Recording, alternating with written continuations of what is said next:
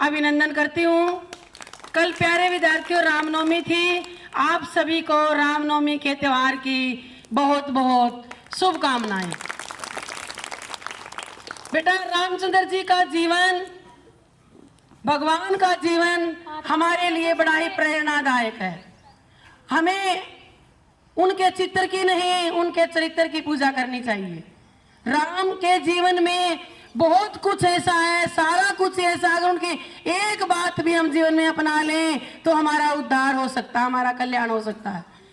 प्यारे विद्यार्थियों, राम देखो कितने पितृभक्त हैं कि पिताजी ने एक बार कहा, शाम को क्या था कि राम का राज तिलक होना था, और सुबह उसको सूचना मिलती है कि आपको क्या मिला, राज तिलक नहीं होना है, आपको 14 साल का वनवास मिला है। जब उनका राज तिलक होना था तो उनके चेहरे पर कोई खुशी नहीं थी, और जब उनको वनवास दिलाया गया तो कोई दुख नहीं था। प्यारे विद्यार्थियों, राम के जीवन का धैर्य देखो कितना है। और जब अपनी माँ से, कौशल्या से वो मिलने के लिए जाते हैं, माँ कहती है कि बेटा मैं ये क्या सुन रही हूँ कि जब वनवास हो गया, वो कहते हैं कि माँ पिताजी ने मुझे जंगल का राजा बना दिया। खुशी खुशी स्वीकार करती हैं। देखो उनके जीवन का कितना धैर्य है। तो इसीलिए हमें भी उनके समान धैर्यवान बनना चाहिए। उनके पिताजी बहुत दुखी थे। उनके पिताजी राजा दशरथ ने कहा कि बेटा तू वन में चला जाएगा, मैं ये तुम्हारा वियोग सहन नहीं कर सकता। लेकिन उन्होंने अपनी रानी कैकेयी को वचन दिए थे और वो वचन उन्होंने मांग लिए।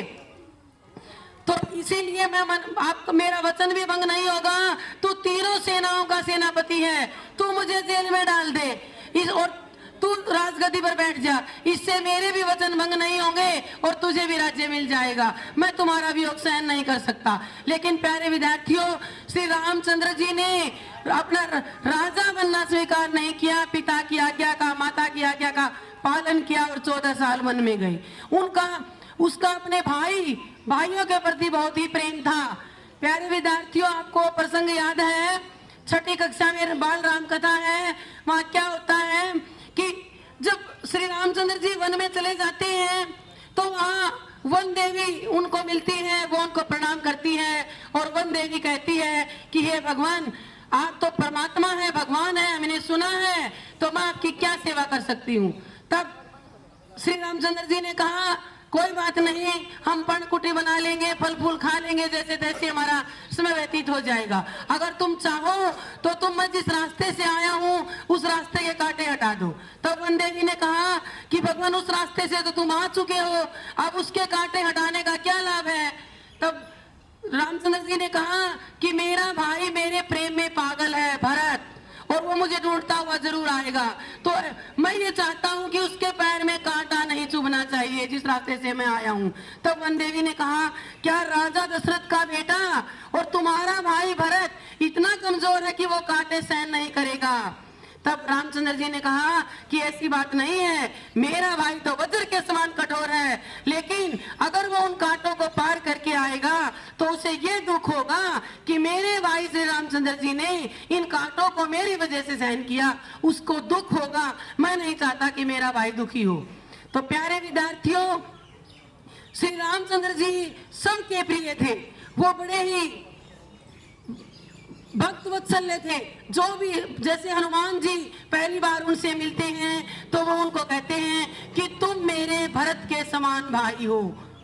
सबका वो बड़ा सम्मान करते हैं। जब विभीषण जी पहली बार उनके शिविर में उनसे मिलने के लिए आते हैं, जब वो लंका पर चढ़ाई करने के लिए तैयार हैं, तो सभी ने कहा कि कोई लंका से कोई आपसे मिलने के लिए आया है। तो सभी ने कहा कि हमें ऐसे उनको अंदर नहीं बुलाना चाहिए क्योंकि वो दुश्मन के परिवार से आया है। तो तब श्री रामचंद्र जी ने कहा कि आने दो उनको, क्योंकि वो हमारी शरण में आ रहे हैं। लेकिन जब विभीषण जी श्री रामचंद्र जी से मिलने के लिए आते हैं, प्यारे विद्यार्थियों, तो उन्होंने कहा कि आओ लंकेश।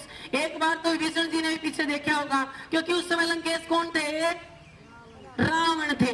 लेकिन उन्होंने विभीषण को लंकेश कह के संबोधित किया। देखो कितना मान सम्मान दिया उनको। तो प्यारे विद्यार्थियों, देखो वो कितने भक्त वत्सल हैं, शरणागत की कितनी रक्षा करते हैं। और तो उन्होंने पता था कि भावी लंकेश कौन बनना है, विभीषण। इसीलिए उन्होंने इतना, और वो कितना अपनी पत्नी से प्रेम करते थे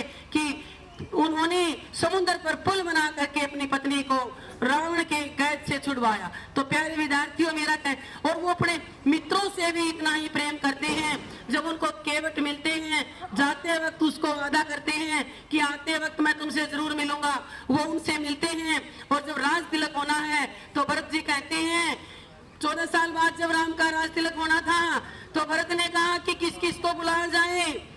तो उन्होंने कहा कि मैं तो नहीं जानता, 14 साल तक वनवास था मेरा, मुझे पता ही नहीं कि पास पड़ोस में कौन राजा है, तुम बुलाओ। लेकिन जब वो सो जाते हैं, एकदम उनकी नींद खुलती है और उन्हें अपना मित्र केवट याद आता है। वो तभी उठते हैं, भरत को बुलाते हैं कि बड़ा अनर्थ हो जाता, ये 14 साल में एक ही मित्र बना था केवट, आप उस मित्र को आमंत्रित कीजिए। तो जब श्री रामचंद्र जी का राज तिलक हुआ था तो मुख्य अतिथि के रूप में उन्होंने अपने दोस्त केवट को बुलाया था। तो प्यारे विद्यार्थियों, इतनी वो मित्रता रखते हैं जिसके भी साथ रखते हैं।